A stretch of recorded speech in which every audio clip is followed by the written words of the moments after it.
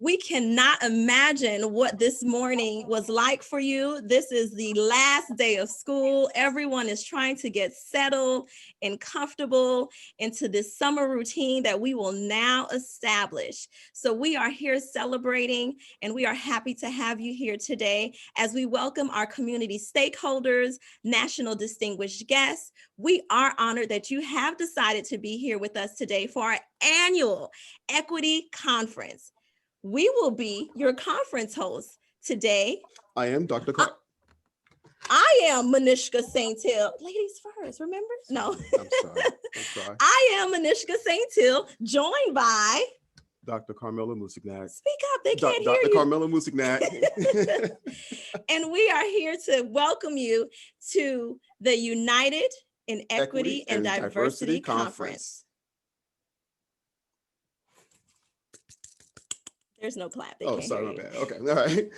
We missed you guys last year. You know, 2020 was the most challenging year for many of our students, staffs, and family. As individuals, we witnessed firsthand how life can change in the blink of an eye.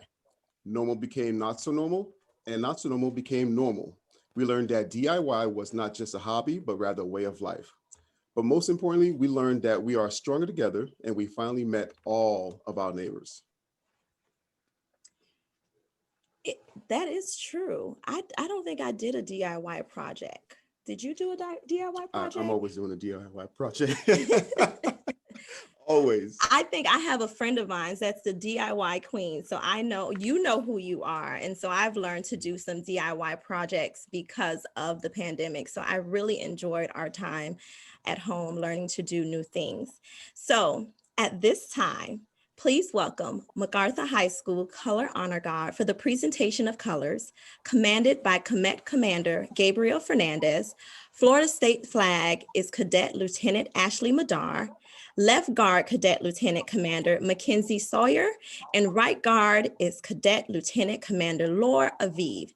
And South Plantation High School student signers with the signing of the national anthem, also followed by the signing of the Pledge of Allegiance.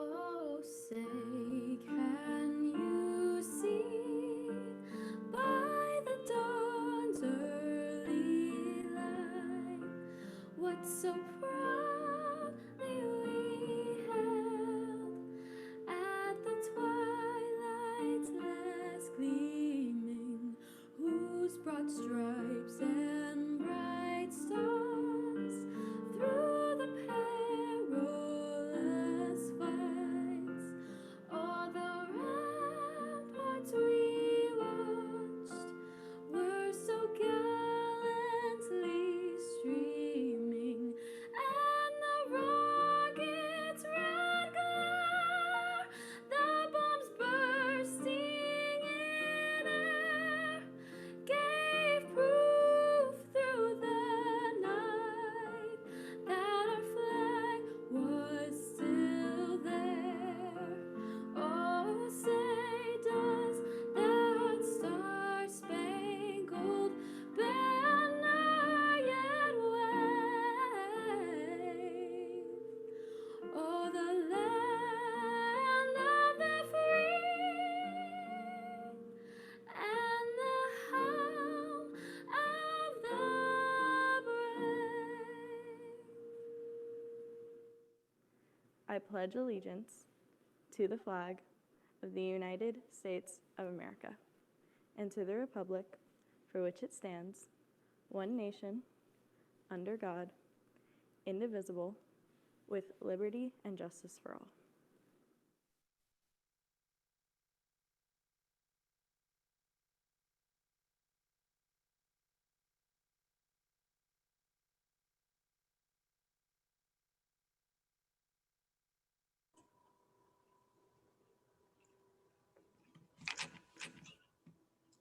A Tallahassee native with over 25 years in education, David Watkins holds a bachelor's degree in political science from Florida A&M University, master's degree in social studies education from Syracuse University, and an educational specialist degree in educational leadership from Nova Southeastern University.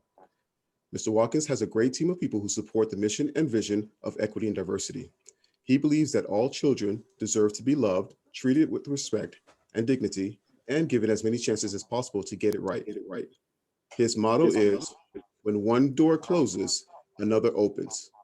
Please welcome Mr. David Watkins, Director of Equity and Diversity.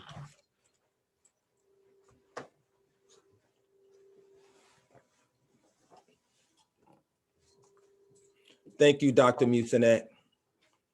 We are honored that you have decided to join us today and hope that the information shared will provide a framework in supporting our schools, students, parents, and community stakeholders.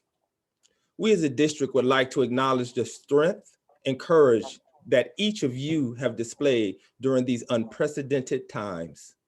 The American Academy of Pediatrics labels schools and school-supported programs as fundamental to child and adolescent development and well-being. Schools provide students with social emotional support, mental health services, and many other supports. Schools often serve as one of the most important institutions that address the child's most holistic needs. Teachers change the trajectory of students' lives, and it's because of your commitment to education that changes lives. We appreciate your hard work, your dedication, and honor your commitment to the students and families of Broward County Public Schools. I would like to take this moment to recognize our sponsors. They are a very important part of this conference, and it's because of our sponsors that we can reach our stakeholders and engage them in some of our most important work to support the unique and diverse experiences of our students in Broward County Public Schools. We salute you and your dedication and support. We would like to acknowledge our silver sponsor from Arthur and Amali Gutterman Family Center for Holocaust and Human Rights Education at Florida Atlantic University. We would also like to acknowledge and will shortly hear from a representative from our platinum sponsor, Public Consulting Group.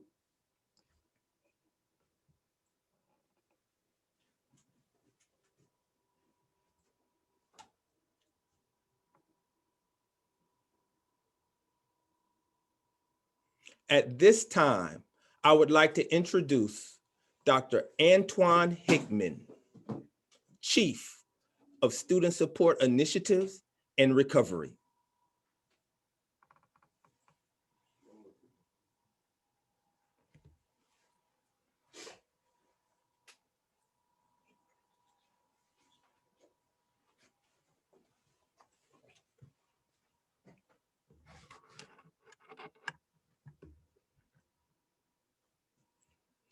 Good morning, and welcome to another year of celebrating equity, diversity, and inclusion. It is always an honor to participate in the Equity Conference and be joined by educators that continue to shape the minds of and support our most valuable assets, our children. I would like to first thank Mr. David Watkins for the introduction and to his staff at Equity and Diversity. Your work in supporting our students is pivotal in today's challenging social environment. I also want to thank each one of you for participating today and for your commitment and dedication to the work of ensuring that our students receive a high quality, equitable education. The theme for today's conference, United in Equity and Diversity, is key to bringing people together, finding common ground, and building positive relationships that will benefit all children. Over the past year, we've discussed immigration, social justice, voting rights, and we've seen an increase in hate crimes against various groups of people. This conference provides a public platform that allows us to shine a light on challenges faced by conditions that impact our lives and the lives of the students we serve.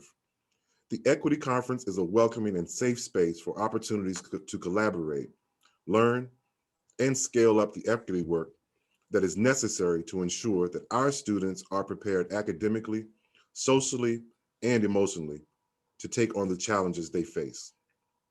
So let us use this virtual moment to network and affirm our commitment to equity, diversity, and inclusion. Today, in this moment, let's all take a pledge to denounce racism, bigotry, and prejudice in all forms that harm student success. I know that you will appreciate all this conference has in store for you. So thank you again and have a great time. Now, please watch the following video greetings from our Broward County Public Schools board members, Dr. Rosalind Osgood, Chair, District 5, and Lori Rich Levinson, Vice Chair, District 6.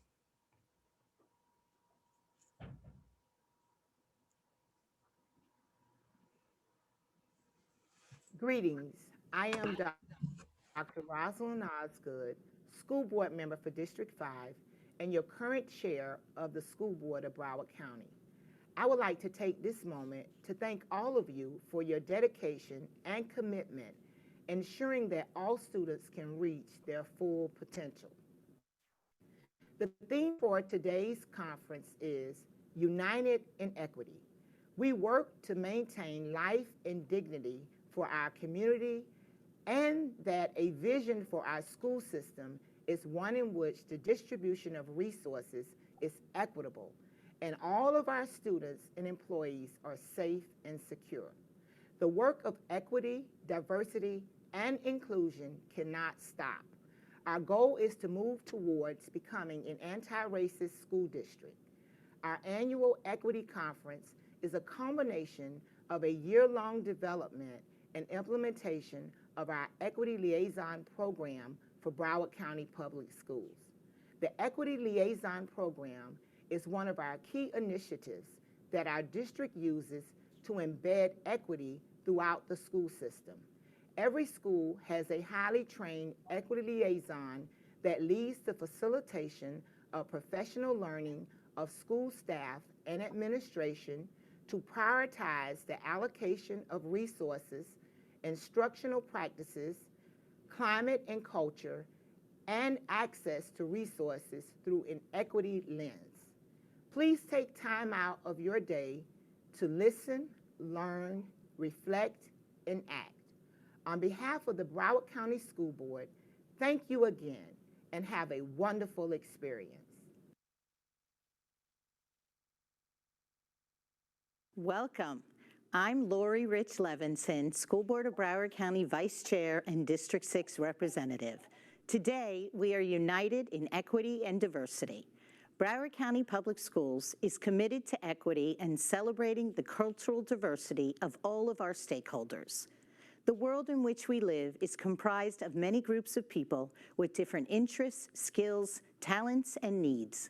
Learning about other cultures helps us understand one another's perspectives and respect for each other's differences. We have a commitment to educating our students and communities through the infusion of Holocaust education, African American history, women's contributions to the United States, Hispanic heritage, Native American and Indigenous people and history, as well as the contributions and history of our LGBTQ community. Our teachers, administrators, and central office staff receive professional learning around equitable practices, diverse cultures, and inclusive education. Broward County Public Schools is proud to recognize our teachers and staff who are now micro-credentialed and have trained in the areas of equity, diversity, inclusion, mental health, and trauma-informed care. Their knowledge and shared experiences have been invaluable to the development of our students and other teachers, administrators, and staff members. Equity is achieved when all students receive the resources they need to graduate and be prepared to succeed after high school. Thank you to our incredible staff for their hard work planning this conference. Enjoy taking part in all the amazing educational opportunities offered today, and have a wonderful day.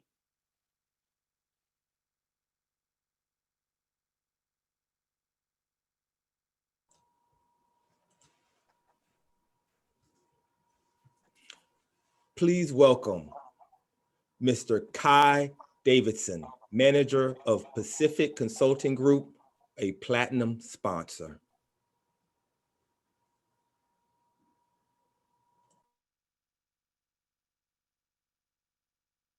Good morning. Good morning, my Broward family. I want to first give props to Roxy for all her energy and getting this going. My name is Kai Davidson, and I'm a manager of Public Consulting Group, and I'm truly blessed and honored to be here this morning, united in equity and diversity. I've been an educator for over 25 plus years in New York City and Long Island, and serving marginalized communities in a way, throughout my career, my professional career as an administrator. But at first, before we get started today, I really want to reflect and thank each and every one of the leaders, teachers, support staff, bus drivers, everyone in the Broward family for your work this year. As an educator, this has been a year that has been unprecedented in what we've had to face in serving our kids, our students, and then working through all of the challenges of COVID and the social unrest that has taken place over this year. And my hat goes off to each and every one of you, and thank you for getting to this moment. Say this is the end of the school year, and really looking back of what you've done, the accomplishments you've made, and where we've landed as we get ready to go into the summer. And then for some of you, I'm sure, getting some of the accelerated programs going this summer, moving into the next school year. So PCG is one of the largest companies you've probably never heard of, because our focus is to provide solutions that matter to our clients. And most times we just stay in the background and just do the work and serve our clients in the areas of health, human services, technology, and specifically education.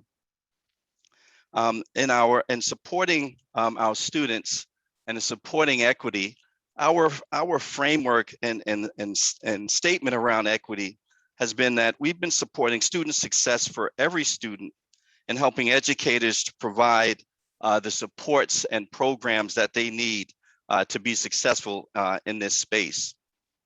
Our partnership with Broward, however, started well over 20 years ago, before equity was so much in fashion and in vogue right now, because the work we've been doing at our firm has been in the equity line for over 35 years.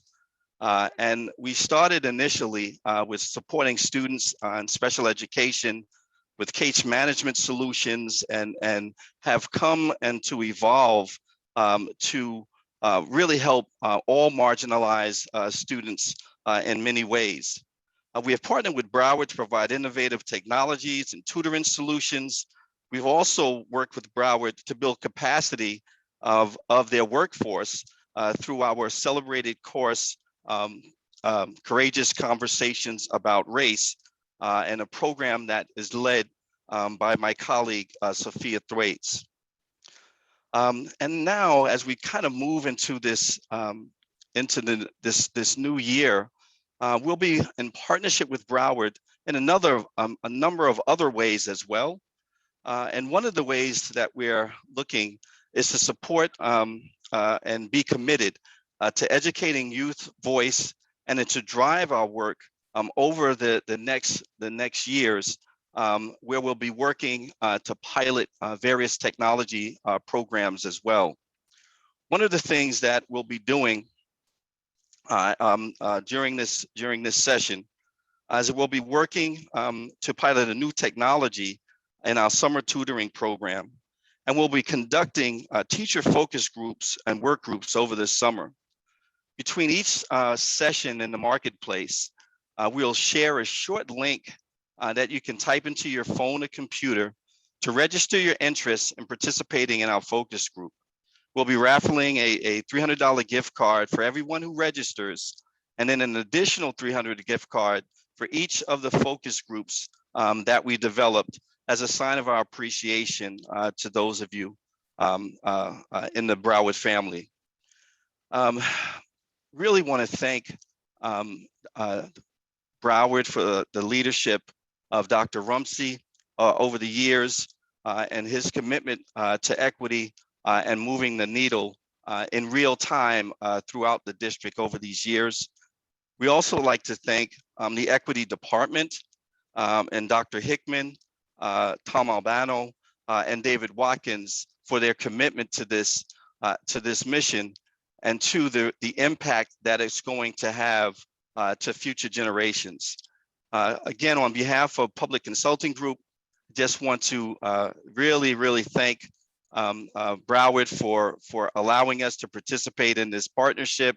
And we look forward to really understanding and working with you to move this needle in equity in an unprecedented way. Thank you so much.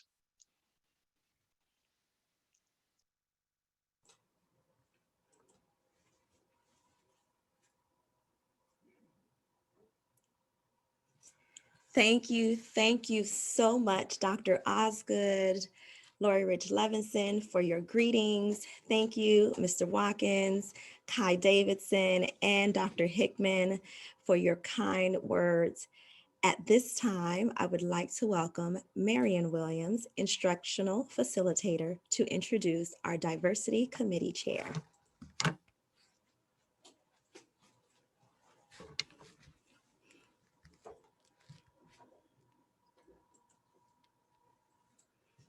Good morning. I am Marion Williams. I have the great pleasure to be liaison to the Diversity Committee. The Diversity Committee consists of members who are appointed by the school board. In order to ensure that students are involved, student advisors are also included in the committee, and their input is always valued. This dynamic group continues to work toward equity for all students. Now we will have a message from the Diversity Committee Chair, Vita Cohart.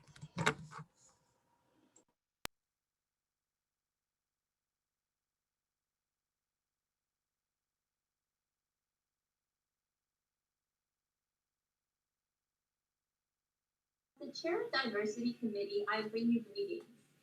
The Diversity Committee was established on August 6, 1996, to assist the superintendent and the school board in meeting their commitment to promoting diversity.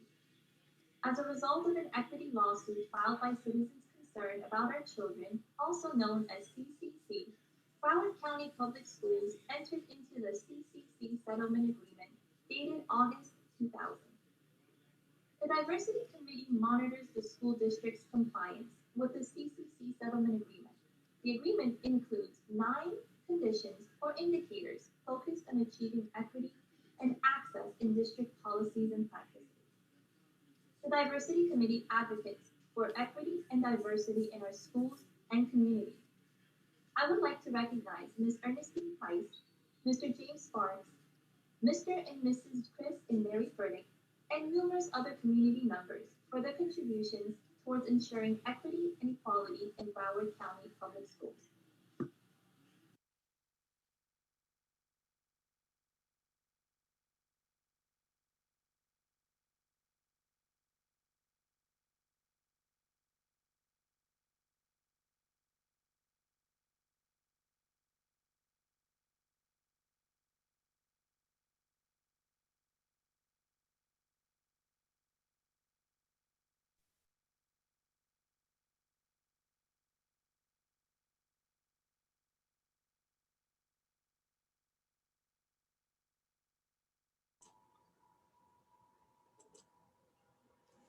And now we will have an engagement activity by our wonderful Roxy Hall from Vanguard Solutions. Morning again. Are you ready? We are so excited. And all we're looking for at this moment, as we are looking to engage, we're going to do something that we're going to save to the end. we have like a big project. We have something big and fun that we want to do, but we don't really want to mess up the flow. We don't want to mess up the flow. So we want to ensure that we are experiencing a great virtual conference. And we know sometimes technology can be funny. So we want to leave that funny technology to the end as we have a great opportunity, and we'll have more people that we'll be able to add to that experience. But right now, what we want you to do in this space and in this moment, anything that you have seen thus far, I know for me, I'm gonna tell you what, my favorite that I've seen thus far are those amazing young people that came on the screen just a moment ago. So if you would just right now spend some time in the chat, if you would now right now spend some time in the chat, and let's talk about some of those things that you have already enjoyed thus far from this experience. What are some of those things that you've already? The kids were amazing. Yes, the kids were absolutely amazing. They love their energy. They love their energy. One thing I want everyone to do right now, we didn't do this in the beginning.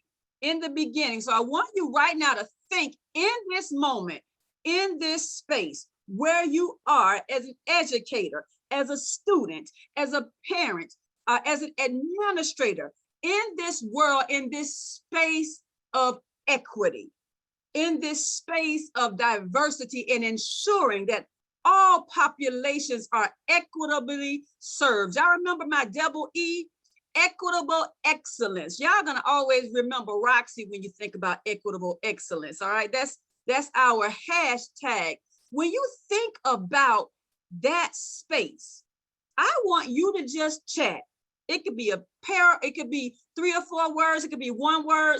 What can you do in your space, in your world, to facilitate, to lead equitable excellence? And everybody, just tell me right now in the chat. We're going to all look at it. I'm going to view it. What can you do as an educator, as a parent, as a student? What can you do to ensure equitable excellence? Somebody said respect everyone, cultivate empathy, start the conversation, uplift others, continue learning, enthusiasm. It starts with love. Be positive, educate yourself. Understand, you see how the chat is blowing up? What gives me energy and excitement is that all of us here have a role in this space. All of us can impact our individual roles. If I grow just a little bit, then my world grows. If I improve as it relates to equitable excellence just a little bit, then my space improves, my school improves, my company improves, my city improves, my state improves, America improves if I improve, if I make a difference. Can you get excited about the power of making a difference? Can you get excited? So we see this: build relationships, empower others, encourage others. Look at the energy. We may be in a virtual space, but the energy is palpable. We may be in a virtual space, but when you bring like minds together, look at what happens. Look at the chat. You cannot have any more engagement than that. Miss Manushka, thank you very much. And let's give it up to our amazing audience for sharing how they can make a difference in creating equitable excellence. Manushka. All right, snap it up, snap it up. Snap it up, absolutely. So I have to come back in and try to match Roxy's energy, because I feel like I've been like a 5. So I have to bring it up to about an 8 to match your energy. So thank you, Roxy, for pouring that out, because we really need this in this virtual space, because you can't really hear your audience, but the chat is absolutely on fire. So I know that everybody's engaged on their couch, engaged in their living room, engaged in their homes. And so thank you for coming. And thank you, Roxy, again for your energy. At this time, we are going to introduce the Jason Taylor Foundation. The Jason Taylor Foundation supports and creates programs that facilitates the personal growth and empowerment of South Florida children in need by focusing on improved healthcare, education, and quality of life. Building upon the impact of the Omari Hardwick Blue Apple Poetry Network has had on youth from over 120 different schools around the nation in over 100 zip codes. Since the launching of the program in 2013, Jason Taylor brought the Super Bowl of poetry to Broward County, known as Louder Than a Bomb. More than 30 high schools and 10 middle schools and 5 elementary schools are part of this dynamic network. Ladies and gentlemen, I would like to introduce Rhea Shaw from Cypress Bay High School, a member of the Blue Apple Poetry Network.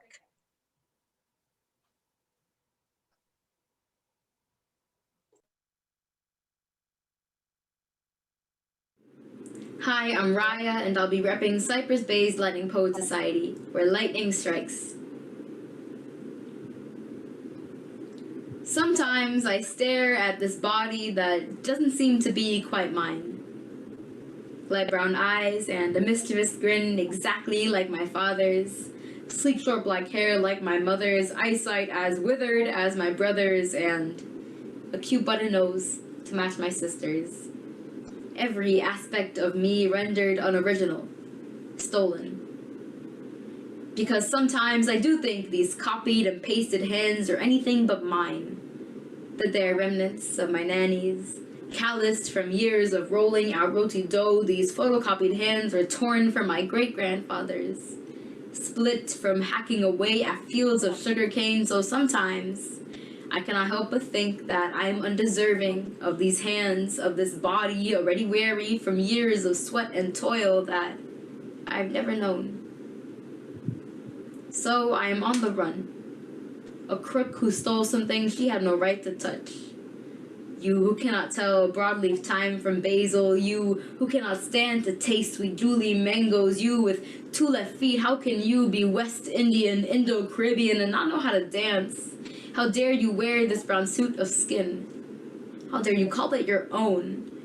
Prop up your feet on a golden throne while you eat food you've never even learned how to make. Take the slang you've never understood and call it your vernacular while you mimic your auntie's native tongue for laughs. You are a caricature of Guyana, a misshapen trace of its famous shores. Don't you understand that you are the anchor weighing the ship down?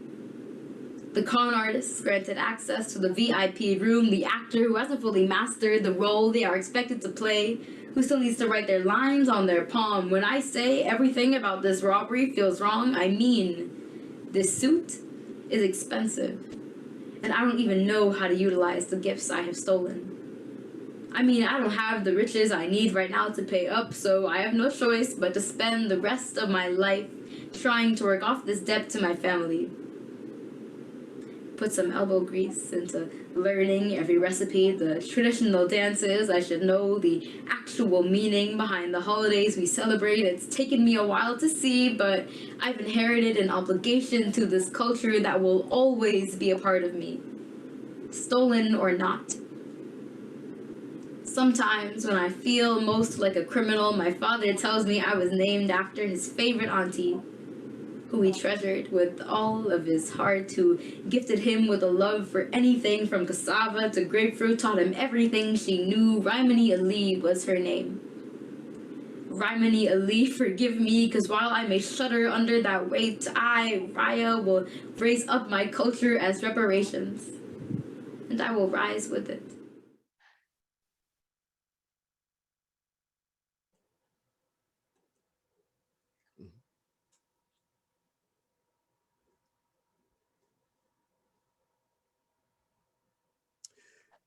Thank you again, Ms. Shaw. That was a wonderful piece. Ray Shaw again from Rhea Shaw again from Blue Apple Poultry.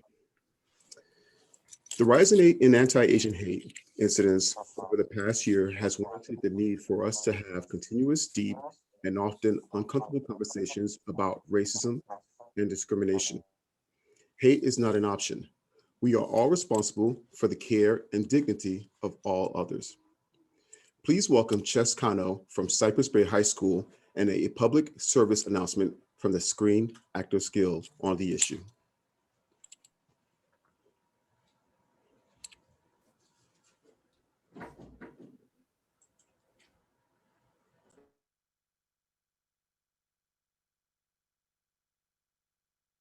Hello, my name is Ches Kano. I've been teaching here at the district for the past 15 years. I'm honored at the opportunity to be here with you at this conference today. Too often, Asian Americans are pigeonholed as the model minority, but like most stereotypes, they're incomplete and can be a disservice to everyone. When the pandemic hit, it did not take long before we went from being the model minority to the scapegoat minority, with words like China virus and Kung flu being carelessly thrown around. I knew that I had to be more vocal in addressing the increasingly hostile environment. With the rise of Asian hate crimes skyrocketing 150% in this country in just the past year, many of us have been victims or bore witness to this atmosphere of fear and contempt. I have heard firsthand from my students, my Asian students, how they have had to keep their nose down at the racist taunts being directed towards them as they pass through school hallways or even in the neighborhood grocery store.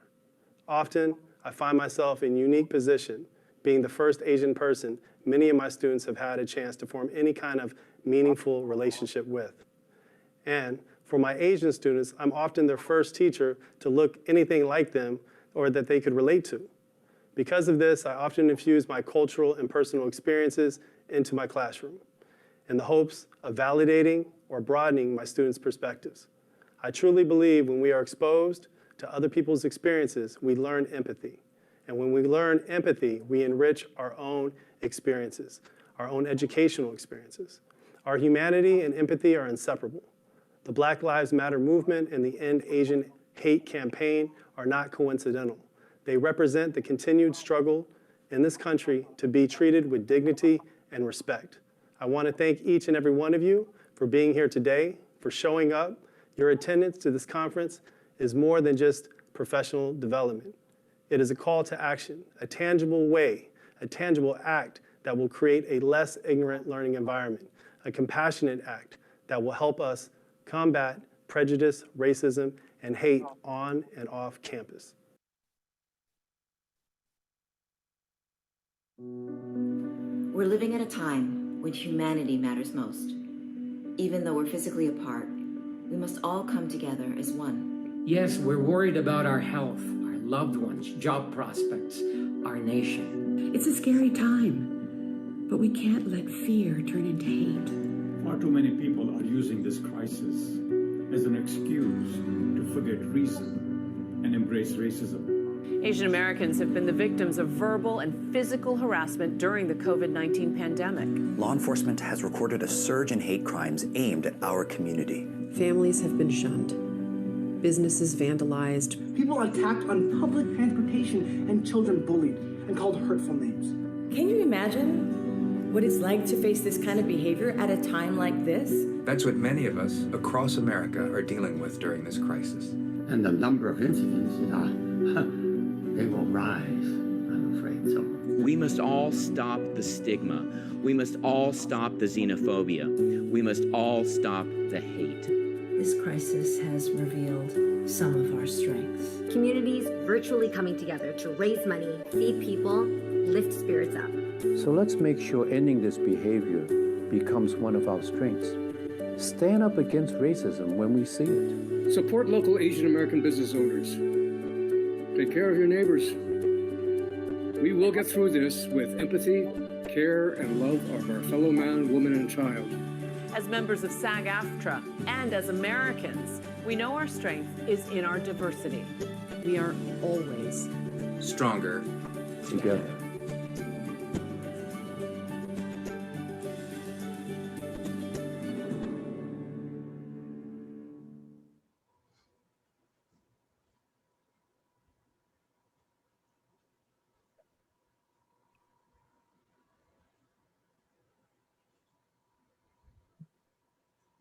Thank you, Chess. Thank you for your words, for your encouragement. Thank you for your strength. Thank you for bringing us all together on a very important topic that adds to our diversity and the work that we do in our department. We also, at this time, want to just pause and thank all of our teachers. We want to thank all of our teachers who this year have done an amazing job. You all pivoted and became virtual expert teachers when we were asked to do so. And I want to thank all of our teachers for just the hard work and for the dedication to our students this year. It was an amazing job that you all did, and thank you. Also, thank you to our equity liaisons and our equity liaisons who also did an amazing job. We can't do this work without you, so we honor you today. And now please welcome back to the virtual mic, Roxy Hall. She'll be provided an opportunity to meet the presenters.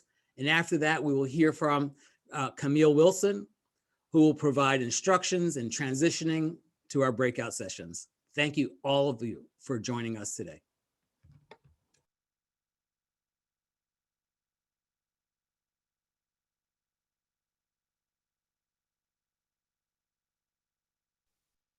Yeah, Camille had to let me loose. I was still muted. Come on, let's chat about some of the amazing things we just have seen. Chaz, thank you for what you've done. Thank you so much for the work. Let's give Chaz some love. Let's give Chaz some love. That I can't see y'all snapping, but I can feel it. I'm just letting you know. I can feel if you snapping or not. I just have that. So in your seat, I just need you to snap. I need you to snap it up for Chaz. Snap it up for our dynamic duo. Snap it up for Mrs. Manushka Santil and Dr. Musanak. Snap it up for the entire equity and diversity and department, Mr. Watkins and Tom and all of the entire team. I don't want to miss anybody, but I've been working with those folk a whole lot. Snap, look at it, snap up. They've done an amazing work. And this is what's exciting about them. I'm gonna tell you what's exciting about them. This part right here, not their job. They are, as they were working and pulling together, and I'm talking about midnight hours, and I think they stopped working at midnight and they showed back up at about 5 or 6 this morning. That's passion. That's commitment. Somebody talked about love. That's what it is. It's a love for the work, because their day job didn't stop when they had to work on their passion. So you all show them some love in the chat. Encourage them, because you know this work can sometimes get a little lonely.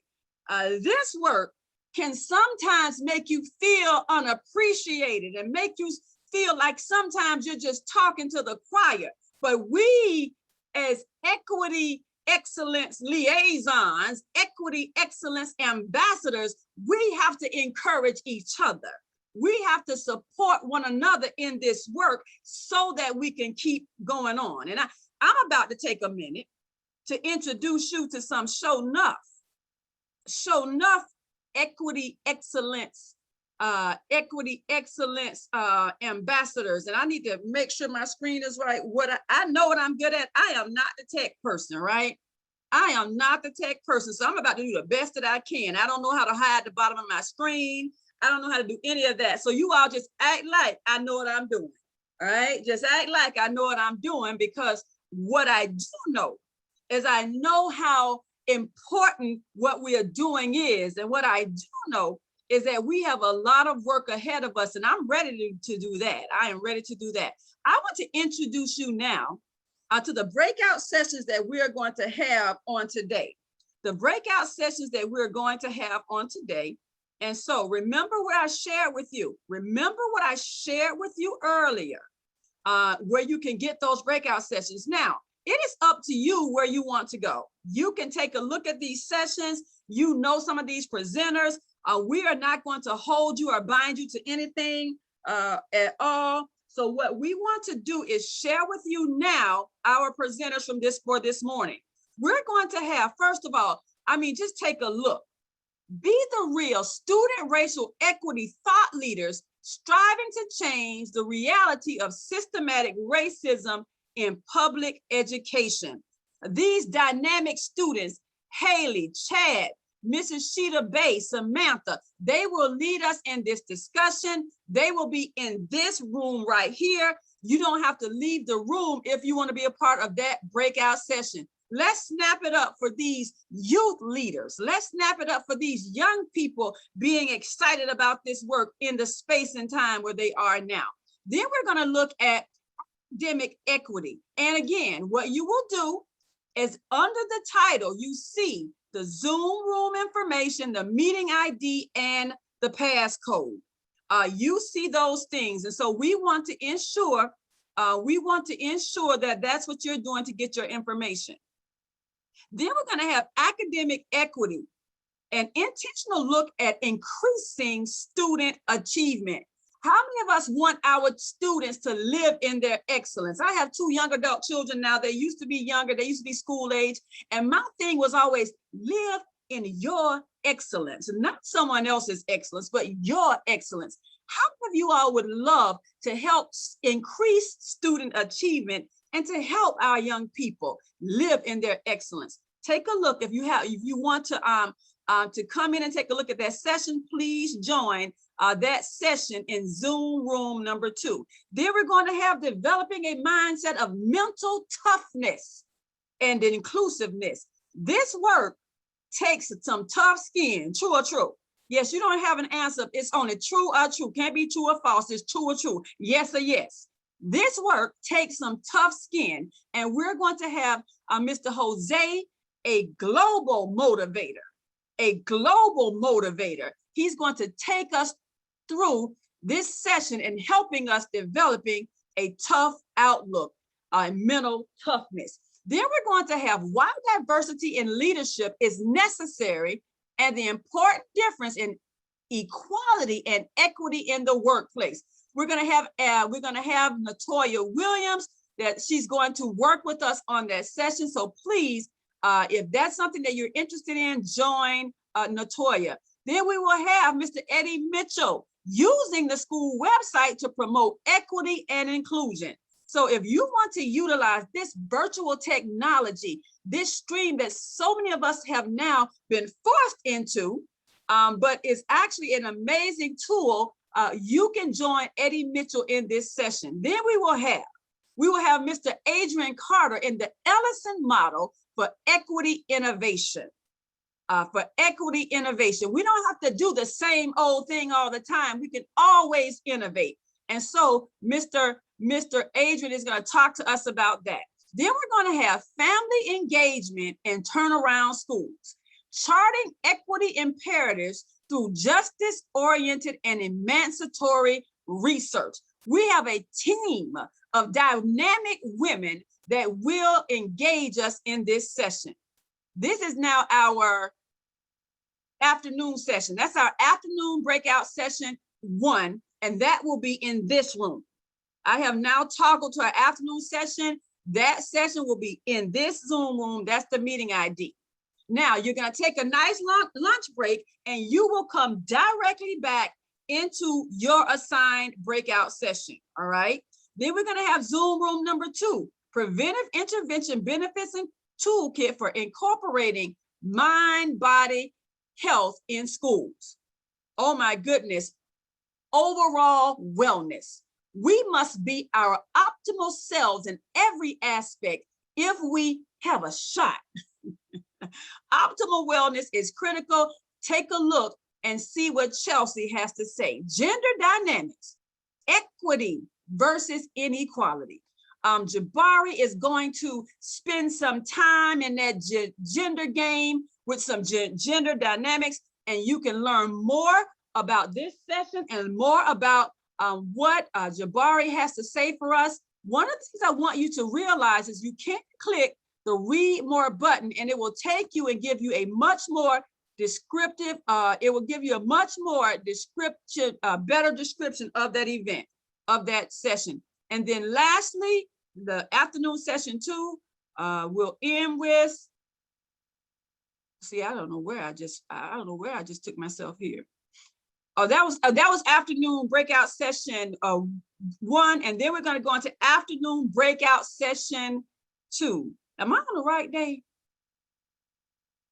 Yes, I am. Yes, I am. Y'all know I get so excited. What happens when you're a person like me, you get so excited, you get ahead of yourselves. If you have a spicy personality like my personality, and sometimes you get so excited, you go so fast, just say, say it, just raise your hand a little bit. Help a sister out, all right? But now I'm back, see, y'all know it. Then we're going to end afternoon session 1 with Beyond, with the Holocaust and human rights education for the 21st century. And Carolina Simon is going to help us with that session. Then we will start, then we're going to have bringing virtual e-trips into your classroom. Bringing virtual e-trips into your classroom. That is going to be Zoom room number 5. Then creating a culture, that's Joy Vesey with the field trips, and then creating a culture of love, Vernica Winter. I've already seen many of you talking about empathy and love and the importance of those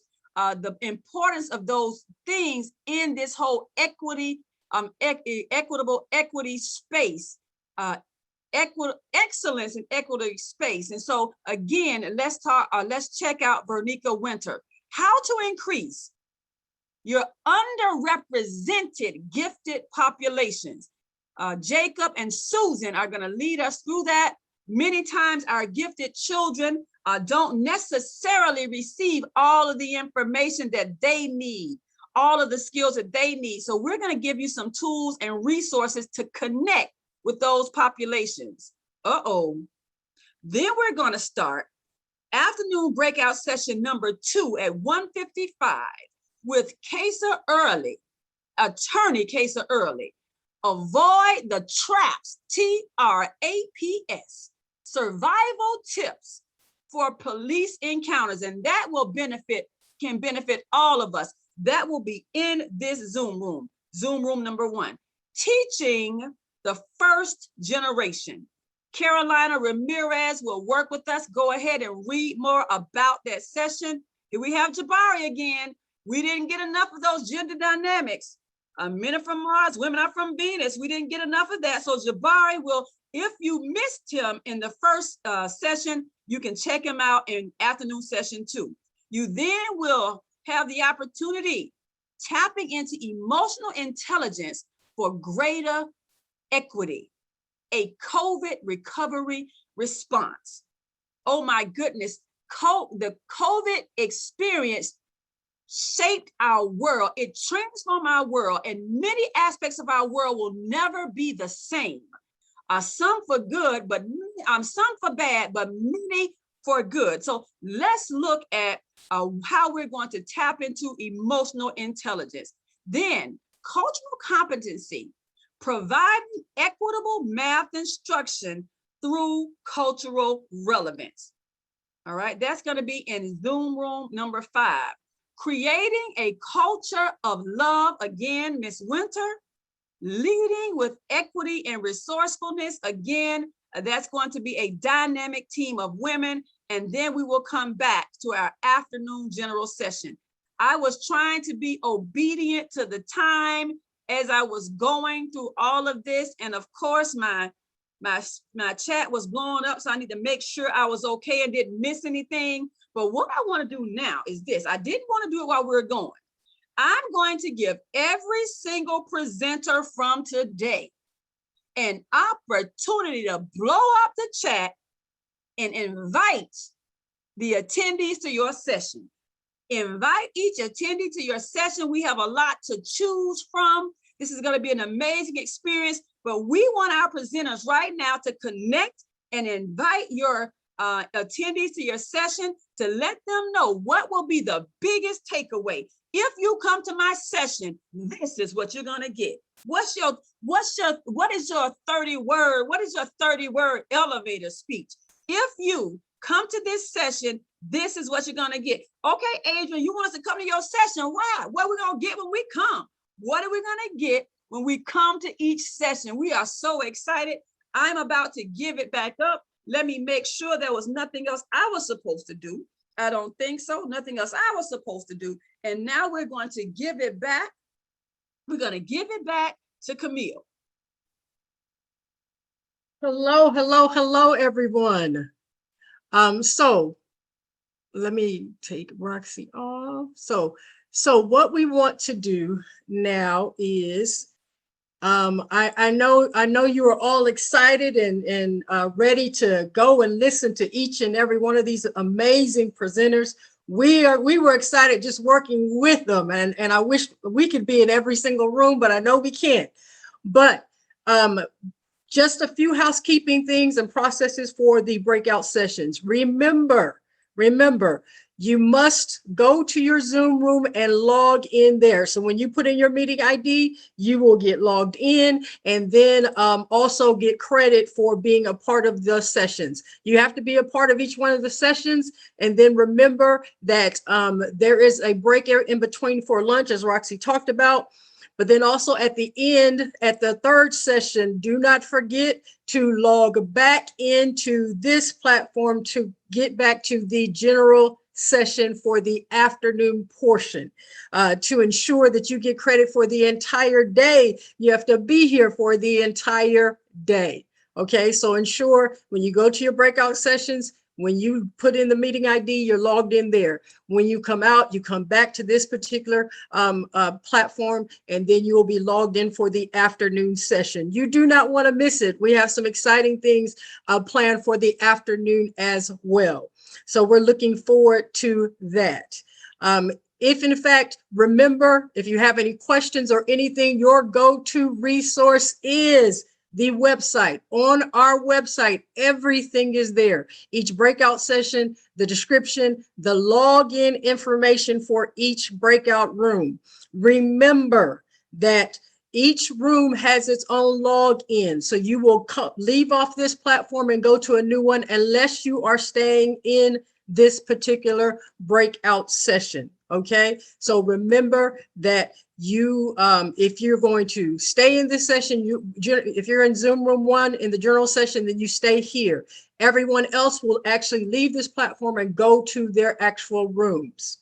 Okay, so again, go to resources, the website, if you have any questions. Otherwise, we will be here.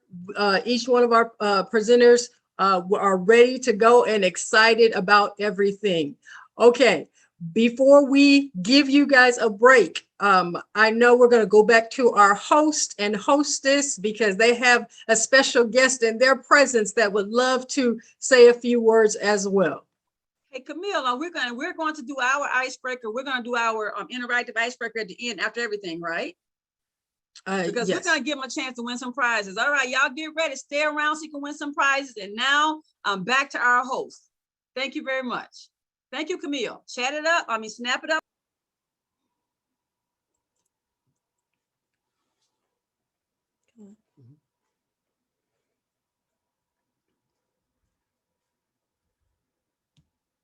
Welcome back. Just waiting to get on screen. Hi, there we are. Hello, everyone. Welcome back. We are so excited that you are still here. So at this time, we're going to give you a little break.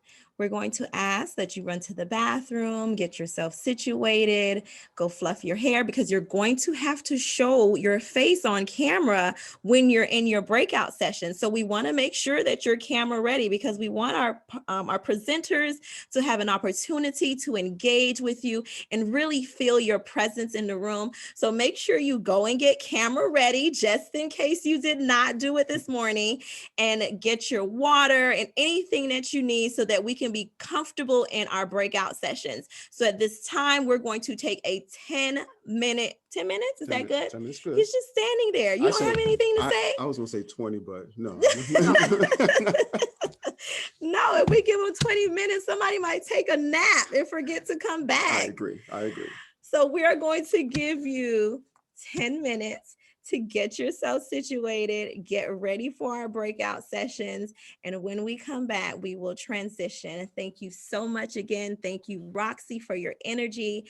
And thank you for being here in this shared space with us to continue this work that is often difficult to talk about, but definitely necessary. We'll see you in 10 minutes. Thank you.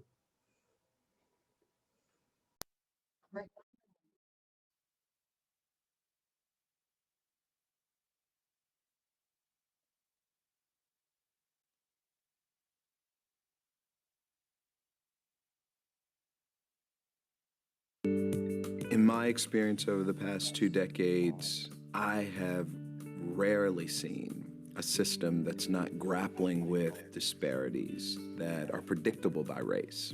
The course Courageous Conversations About Race enables educators to explore, examine the intersection of race and schooling. So it allows us to go beyond noticing that there are racial disparities that show up in achievement, that show up in student placement, that show up in discipline, to actually being able to have tools to engage with those disparities and correct those disparities. Broward County Public Schools Professional Equity Learning Program has been in place for 3 years now. We've been able to, I think, create a really solid foundation in Broward County where there's an equity liaison for every one of our schools and all of our departments. They've received some foundational training around equity, diversity, and inclusion, where they are ambassadors to their schools.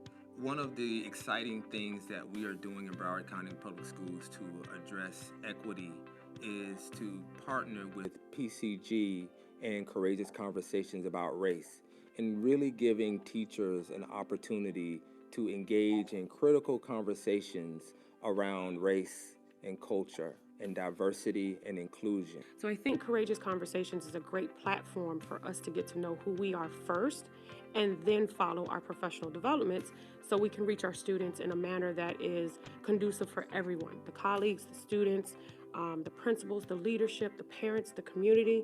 Courageous Conversations about race are critical and foundational because at the end of the day, when it's a student-teacher relationship or it's a relationship between two employees or people generally, it is about making connections, right? And it's about the relationships. So we used the course as a foundation when we were developing goals in each one of our schools to make sure that race was included as part of the conversation.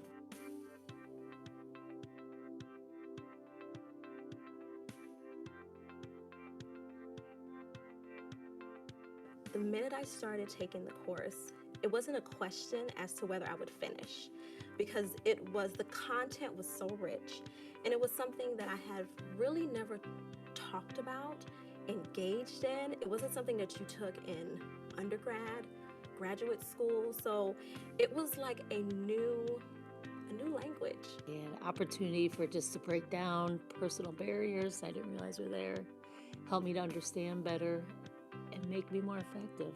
It was an amazing eye-opening experience, and it allowed me to really work together with my staff and my students even more. It has had an impact in the way my classroom feels to those students. In other words, I've always considered myself a very inclusive person, but matters of race and culture come up often, and I feel like since I've gone through the course, I'm able to address it in so much more of a healthier way. It is probably, as I told my boss when I finished the course, the single most impactful professional learning I've had in a decade easily, because it was a combination of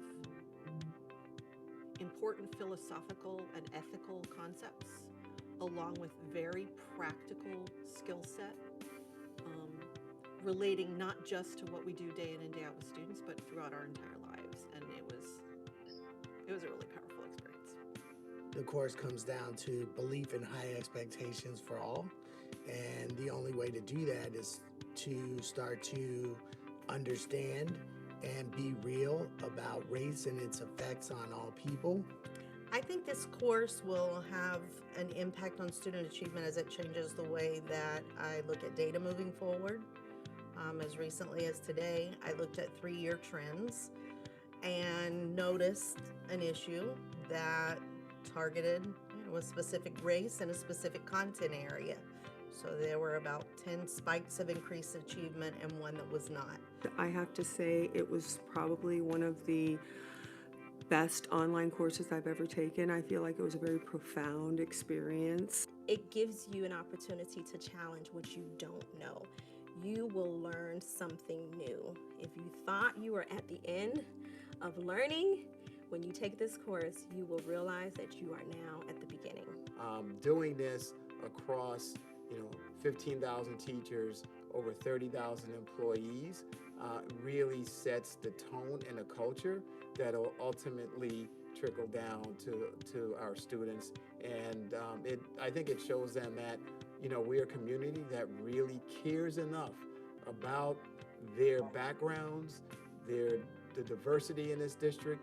We want to be as inclusive as possible, and we're going to do everything we can to make sure we build strong, solid relationships, and that can only be a positive for our students. And so now we have more and more requests for teachers, for administrators who want to get on board and say, well, how can I be a part of this initiative? The future of the Courageous Conversations about race in Broward, I think, is one where we've now laid the foundation, and it needs to continue regularly. It just needs to be part of our professional development. It needs to be part of our learning.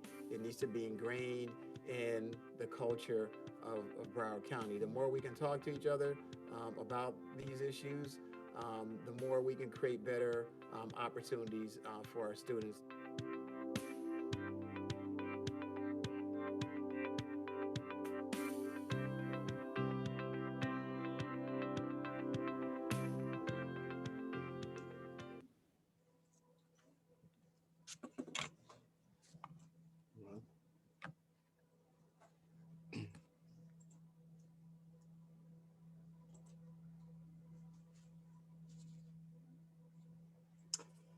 Hello, ladies and gentlemen. This is Superintendent Runcie. I want to just really come to you live today and just thank you so much for the work that everyone in equity and diversity, all our liaisons, all our staff, the work you do is enormously important.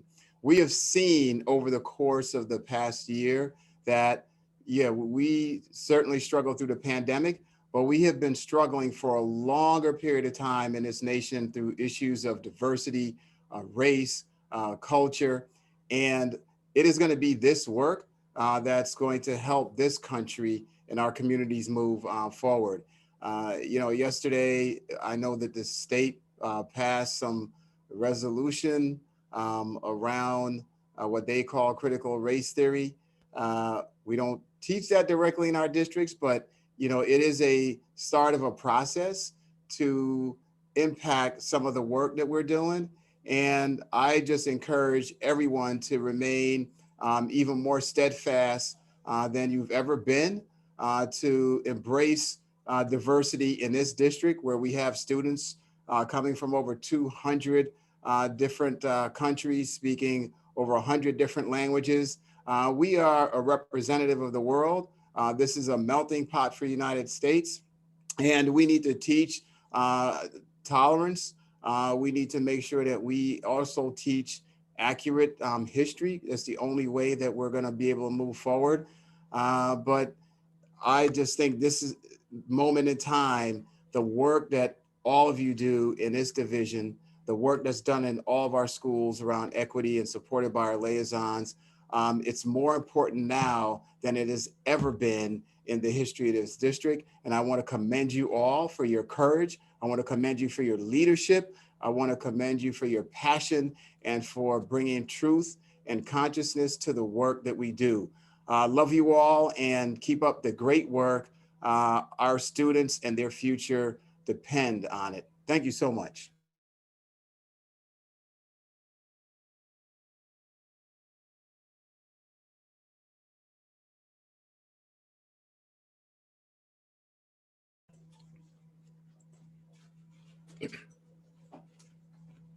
Thank you, Superintendent Runcie, for those powerful and inspiring words. At this time, I would like to present a video from the Children's Services Council in partnership with the school district, Michelle Haig and Sue Gallagher, who are going to give you a walk through the history of our community and a presentation entitled Growing an Equitable Community for Our Children and Families.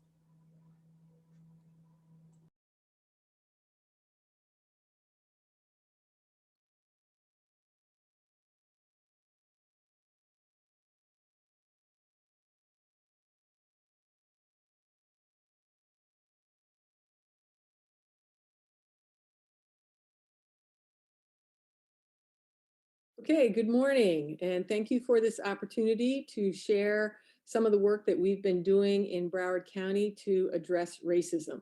What I'm going to share with you in the next 30 minutes are excerpts from a presentation that my co-creator and co-presenter Michelle Higgs and I have been sharing in our community for the last 4 years. We've shared this with about 3,500 folks and are happy to share this with your group of Broward County public school administrators. Just to let you know that this work around racial equity in Broward has grown tremendously. The school district is a partner with several other anchor institutions to address racism in all of our systems and throughout our community. Where we start is understanding that racism is deeply embedded in the history, the structures, the institutions, the interpersonal interactions, and the individual biases and experiences. Unfortunately, in the United States, racism is in the DNA of our country, and it is our work of this generation to unearth that racism and address it by being able to see it, feel it, and create new structures, new stories, and new relationships. And so we'll begin with a brief understanding about what racism is, and understand that race itself is not a biological construct. There is no physiological differences between people with different skin tones, but rather it is a social, political, and economic construct that was created by racism to support people who were in power, political and economic power.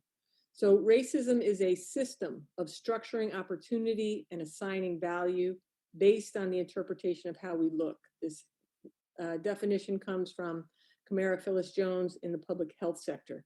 And also, if we're not dealing with power, we're not dealing with racism, because racism is this race prejudice of our skin tone with power. And that will become clearer as I go through this brief presentation. And so where do we begin? We need to begin with an understanding of what is the structure or template or DNA framework of racism in the United States. And it starts back in the late 17th century, prior to the origination of the United States, where this process of economic and political power leveraging enslaved human beings was initiated. In 1674, Nathaniel Bacon was a moderately wealthy plantation owner who wanted to expand his plantation into the frontier and push back Native Americans, asked for some assistance from Governor Berkeley, who was a subject of the British Empire, to assist. Governor Berkeley declined because he had a profitable fur trade with the Native Americans. Nathaniel Bacon gathered a multiracial, multi-ethnic, multi-status coalition to rise up against the governor, as there were way more of Euro-American and Africans who were enslaved or in slavery at that time than there were those in leadership. And so the rebellion lasted for a period of time. It was eventually squelched by the military power of the British Empire. And as a result, some of the template of racism was set up, where Euro-Americans who had participated in the rebellion were treated differently than the Africans, and they were given a gun and told to patrol the Africans that were in the colony at the time. And also, very importantly, they codified slavery. They codified that the enslaved Africans were property and not human. And so the characteristic of racism that we'll see throughout the centuries here in the United States is that it is embedded and embodied in the law. It is also maintained by violence. The violence of slavery, from whipping and raping to breaking up families to structural violence of no health care, no food, poor housing, that violence maintained and enforced the laws of slavery. And it came with a story. People could sleep at night because there was a story told that whites are superior and blacks are human, to justify this inequitable and injustice system. And there were people in our community at the time who knew that this social arrangement was not okay. And so they protested and resisted, for 200 years, which resulted in the victories of the Civil War, where slavery was ended, Black people were given the right to vote, to be citizens. And so we thought at that point that would address structural racism in our country.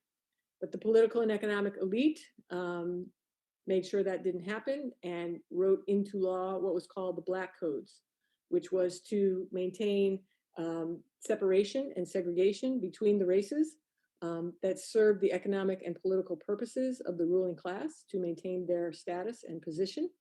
The violence associated with that was lynching and creating fear and terror in people to not rise up against this social structure. The story told during this time was that, you know, there's a white is pure, and that Blacks should be separate to maintain that purity. And from the Civil War until the Civil Rights, there was another 100 years of protesting this inequitable and unjust structure of political and economic power that resulted in the civil rights. And in 1964, discrimination, segregation, cumulatively were legislatively ended. And there was then, we thought, great, victory. We have now ended racism, right? We've ended Jim Crow, we've ended discrimination, we've passed laws to integrate the schools. Unfortunately, or what happened was what's called the Southern Strategy, where again, the political and economic ruling class wrote laws that maintained white superiority in positions of power in the government, in the business sector, in the nonprofit sector, that we see till this day. How this happened is that nowhere in the laws does it say that we will discriminate against Black and brown people, but the impact of those laws was to do just that through mass incarceration, through lack of access to resources like home loans, business loans, educational funding. Those policies were race neutral, right? They nowhere said that we're going to discriminate, but the effect was to maintain the racialized hierarchy of white on top and Black on the bottom. And the violence that has been used to maintain this iteration of racism is police brutality without immunity and over-policing Black and brown communities. The story that comes with this iteration of racism is that white is right and Black is wrong, and a focus on individual behavior rather than community conditions. And we still, as a community, as a nation, have not gotten an equitable social structure right. And so there are ongoing protests and resistance to this day. Things like Black Lives Matter, housing justice, economic justice, education justice.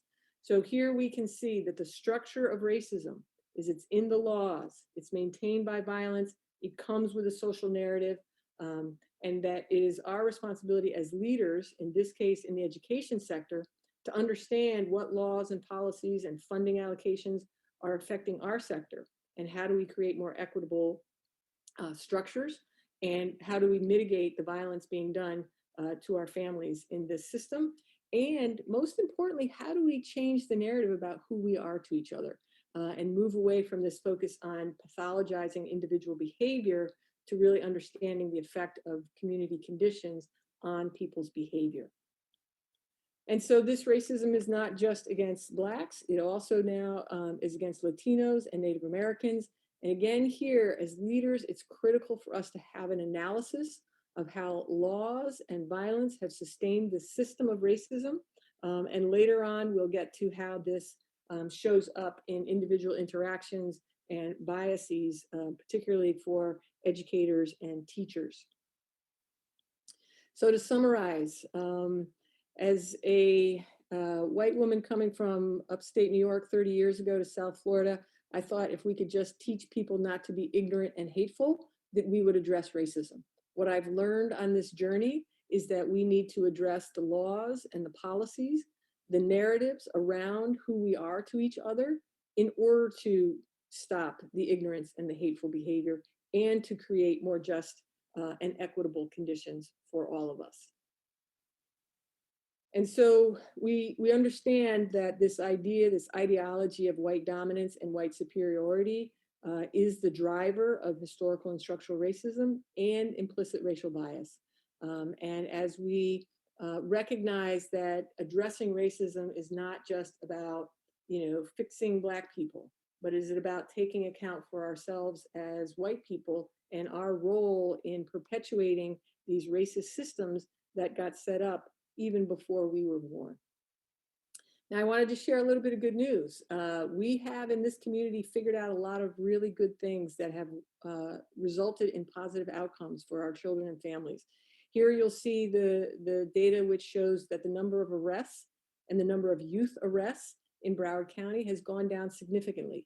Things like after-school programs, employment programs, internships, better educational outcomes have contributed to decreasing the number of young people involved in the juvenile justice system.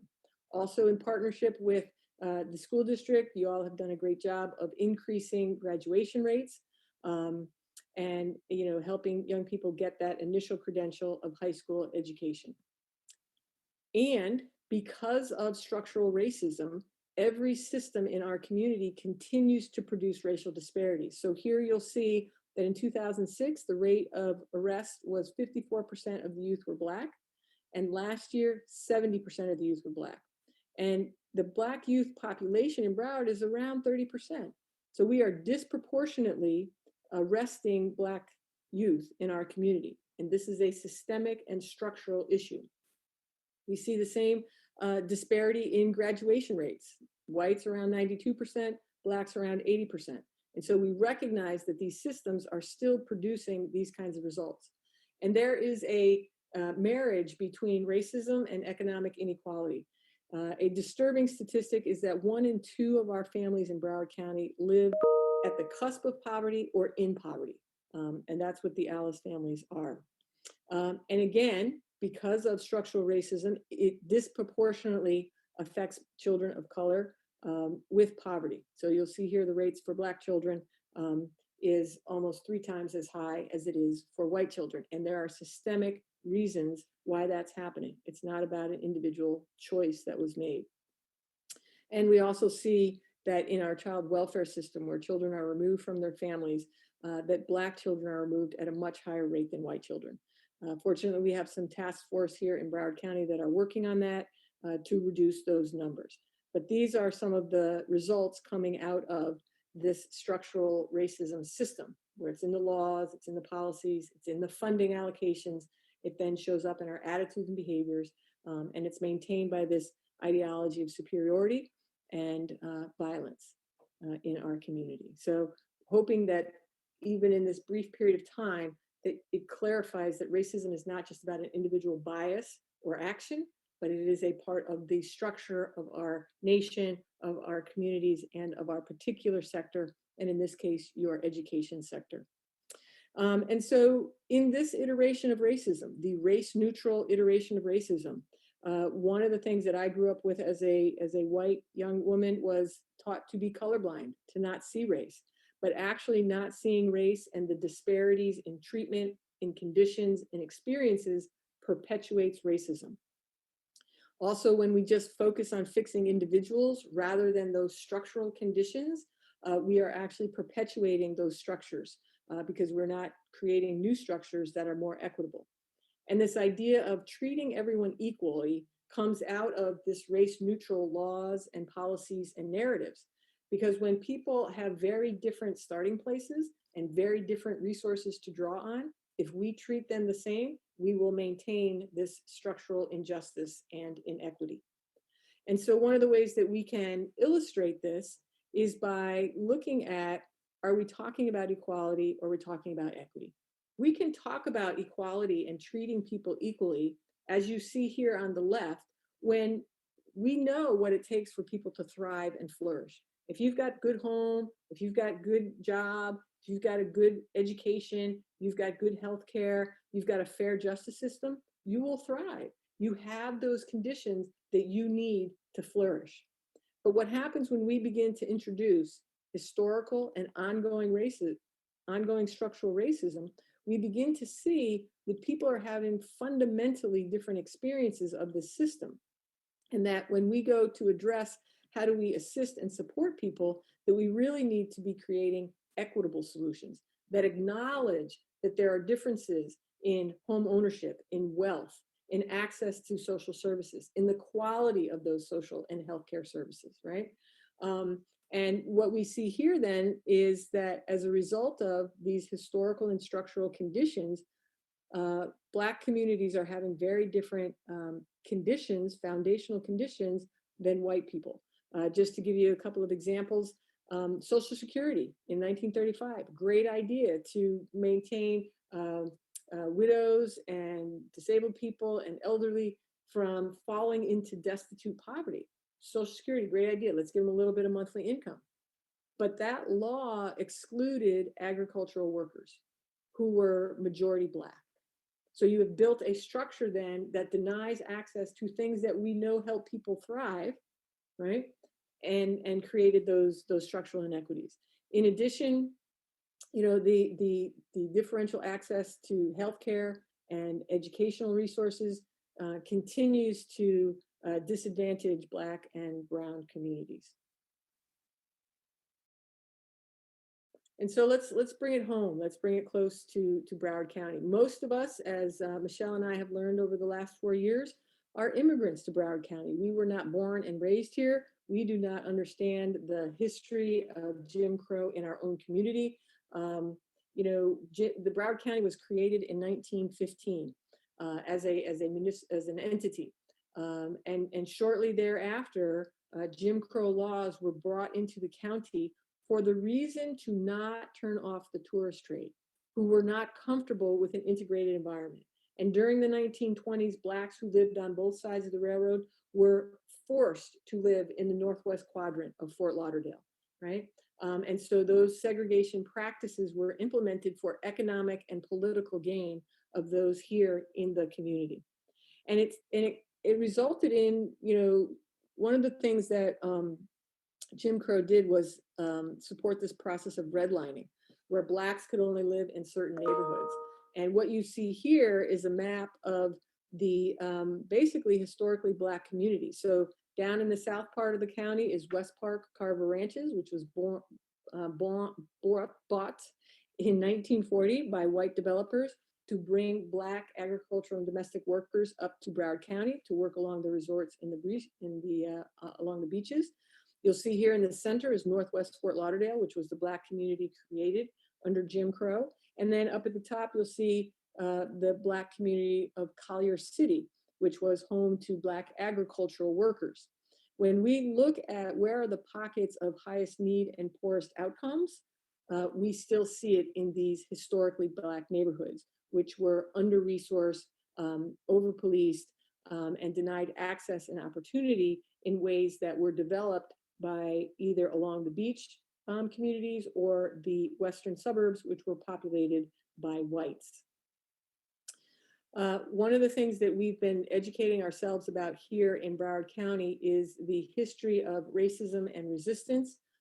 We have a long history of civil rights activity here in Broward County. We also have a long history of racist violence and structural violence. We are home to the lynching of Reuben Stacy in 1935 in Davie, Florida. The picture here shows two young white girls looking at his body as if it was entertainment. That picture was used in the national effort to stop lynching laws. Recently there's been an honoring of Reuben Stacy here in Broward County. A couple Sundays ago, they created a proclamation at the county, and his family was present for that. So recognize that our community was not spared the ravages of racism and lynching. This history also points to the divergent educational and healthcare, employment, criminal justice experiences of Blacks and whites in Broward County that vestiges still live on today, where there were separate schooling systems, separate hospital and healthcare systems, and those conditions have been not fully addressed and continue to harm our community here in Broward County. We also recognize that it's important to understand the relationship between how racial segregation leads to concentrated pockets of poverty. This slide illustrates a study completed by the University of Michigan in Ferguson, Missouri, showing how the laws and policies of redlining and racial segregation have led to concentrated pockets of poverty. So when you think of the schools here in Broward County, recognize that those historically Black communities that were racially segregated, that are still segregated today, right, also are married to this concentrated pockets of poverty because of lack of access to home loans, to economic development opportunities, to poorer paying jobs, right, to unsafer communities. All of those structural conditions lead to poverty. And so as school administrators, it's important to recognize what are those community policies that are disadvantaging the families and the children that we need to be on the forefront of advocating for change. And what you can see is that the highest areas of poverty in Broward County can be overlaid with the historically Black communities and the ongoing communities that continue to be racially segregated here in our community. And we also recognize that these structural conditions in the laws, in the racial segregation in our residential areas, result in biases in our interactions and in our own consciousness, right? The structures are reflected in how we think and feel about each other and how we make decisions. And so in our workshop, we share research that illustrates the many ways that bias shows up in all of these systems. And I'm just going to take a few minutes to highlight some of the bias research that relates to education and invite you, as you do your work in the coming years, that you have a plan to lift up this research, to be sharing it with your teachers, with your administrators, to be coming up with ways that you can interrupt this bias, because it is in these many micro places that we can begin to interrupt, stop bias, interrupt, and stop racism. And so it's important that as administrators and leaders, you are able to see both what's happening at the structural level, as well as where the bias is happening at the individual and the interpersonal and institutional level. And these are just a couple of examples of places to look at some of the structural drivers of inequities and racism in the education system, as well as some of the places where bias is evident in the interactions. And I'm just going to go a little bit deeper here. This comes again out of the Kirwan Institute, which highlights some of the ways that bias is showing up in educational systems. And so as an administrator, are you aware of these spaces of bias? And do you have a plan and action steps to interrupt and stop bias in these places? And the good news is there's a lot of research to draw on, both identifying the bias as well as research to interrupt the bias and to create some more equitable approaches, decision-making, and consciousness around how we support our children, students, and families. So this is just some of the ways that you can begin to address bias in your school. And first is to really acknowledge it, to be studying it, to pay attention to those teachers who are really eliciting amazing results with all of their children.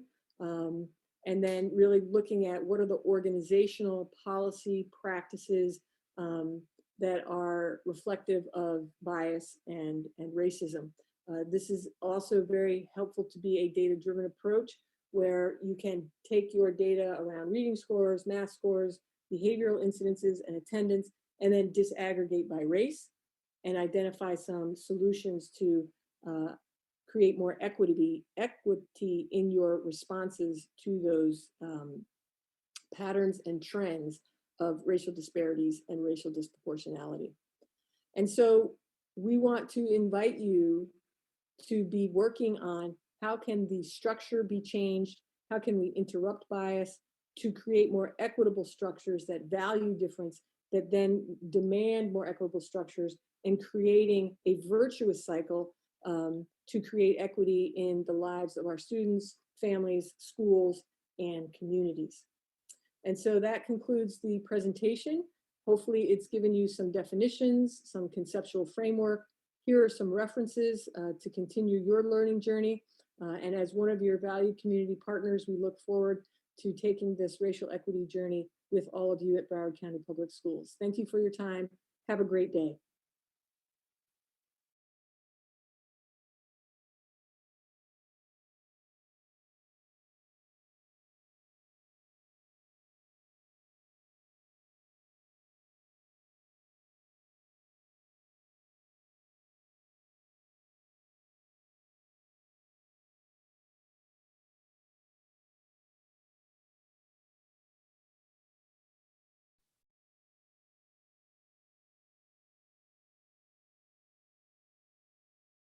Thank you so much for that amazing video. That presentation was amazing. What we want to do is understand that in this critical space, as we are going through this experience, there's time for us to be engaged, energized, but the critical reason that we are here is for information that will help to propel our work. And as I see the chats blowing up,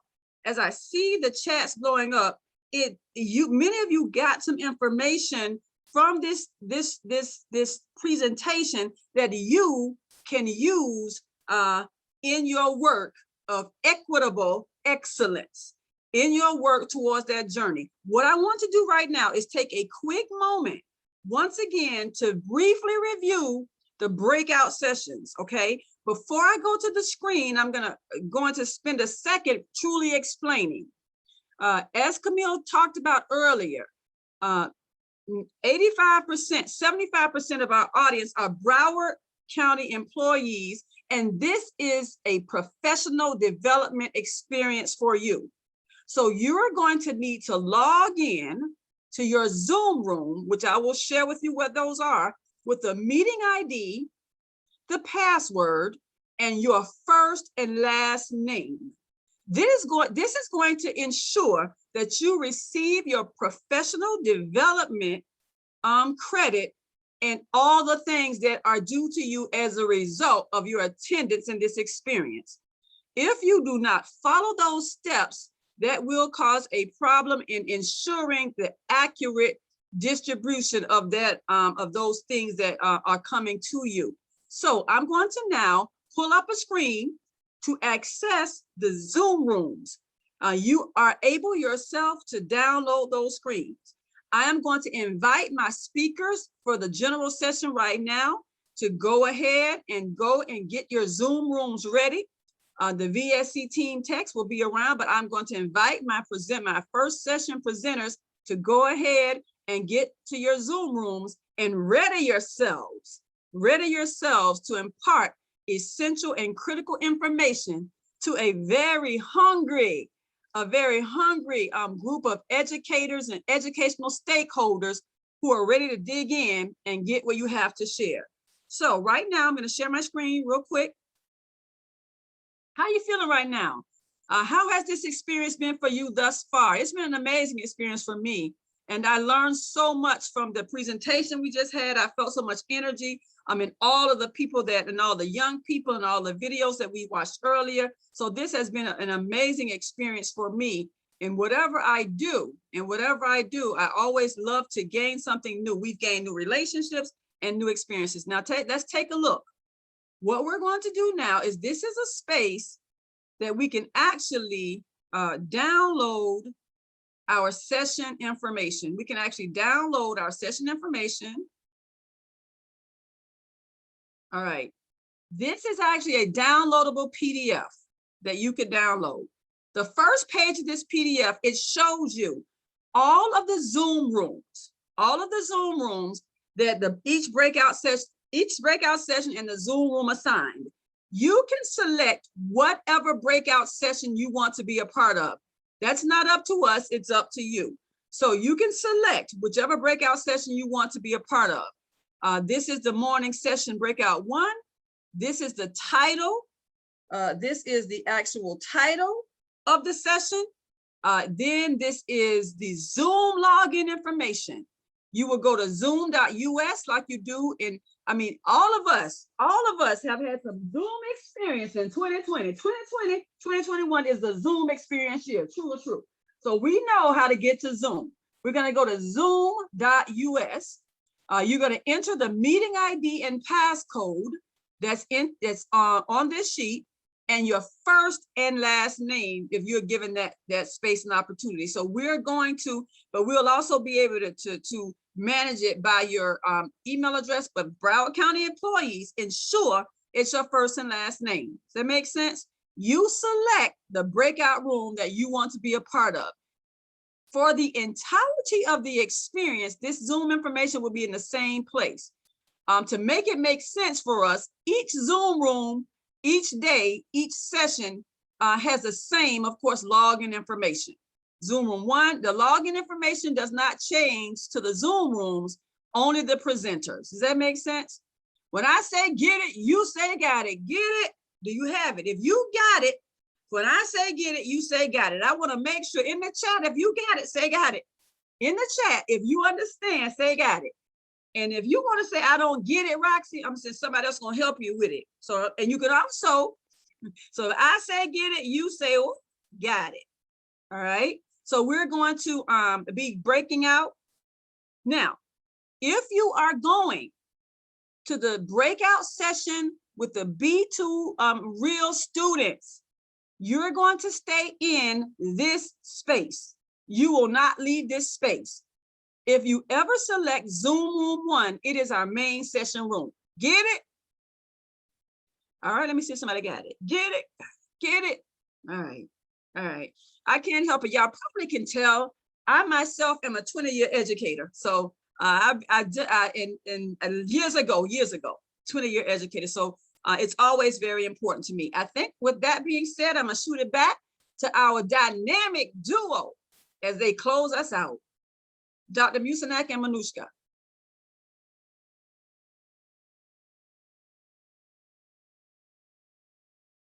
Well, maybe I will be closing us out. So we're gonna now. We're here. Okay, all right.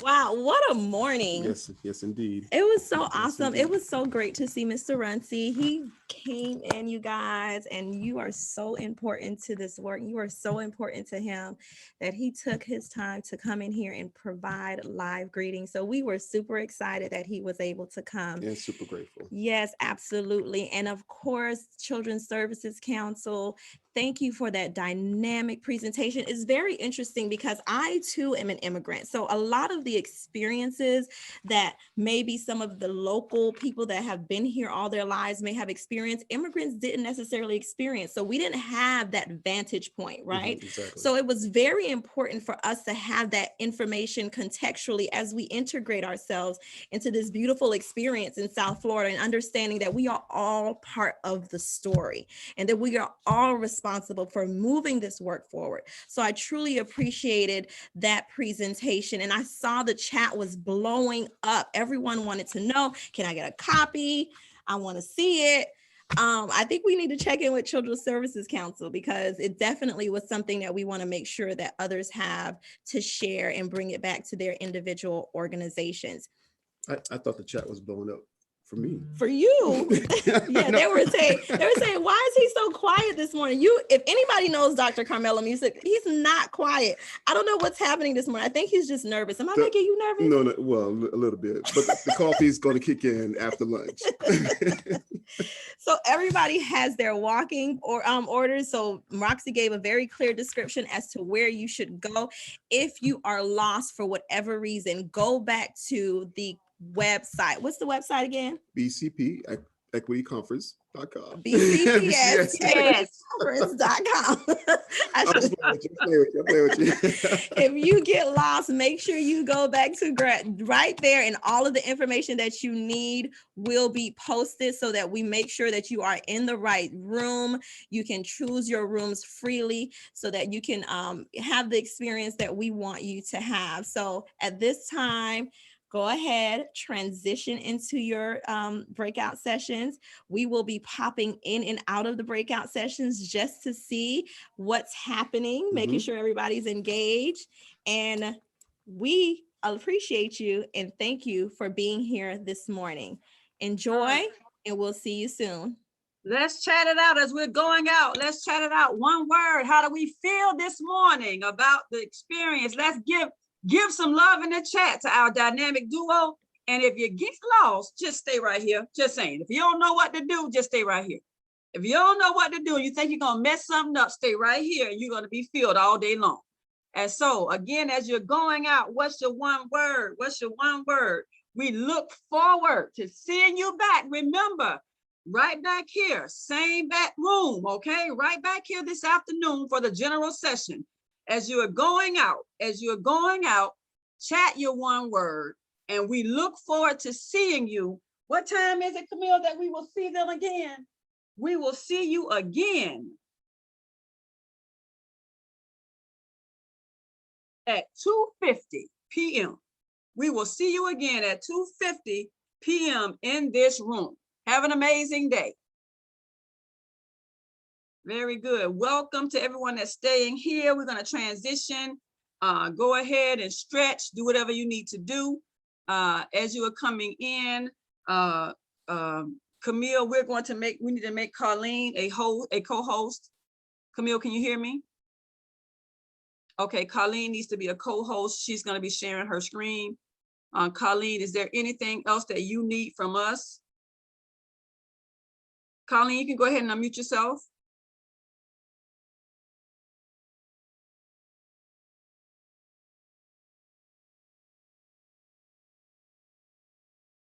Is Colleen in?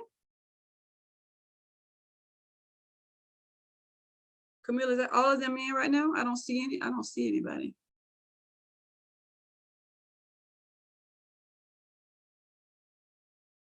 I don't see anybody, Camille. I don't see any of them. Can you unmute yourself? Hold on just a second. So I just promoted Colleen to I'm good now, and you can hear me, and I can share the screen. I'm good to go. Yes. Thank you so much. Okay, Colleen, can you take your video off? What about all the students in? So we need to promote 4 students to panelist. Right. Yeah, Hey, I thought you said. Yeah. I can type their names if we need to. Camille, do you say have you it? went? just say them out loud to me. Go ahead. Haley McTee. Samantha Moley. Okay. Chad Jordan. Okay. Yewande Shidabe. Got you. All right, give me just a second and I'll get them. And Camille, could you Yes. allow me to screen share? Yes, ma'am. Thank you.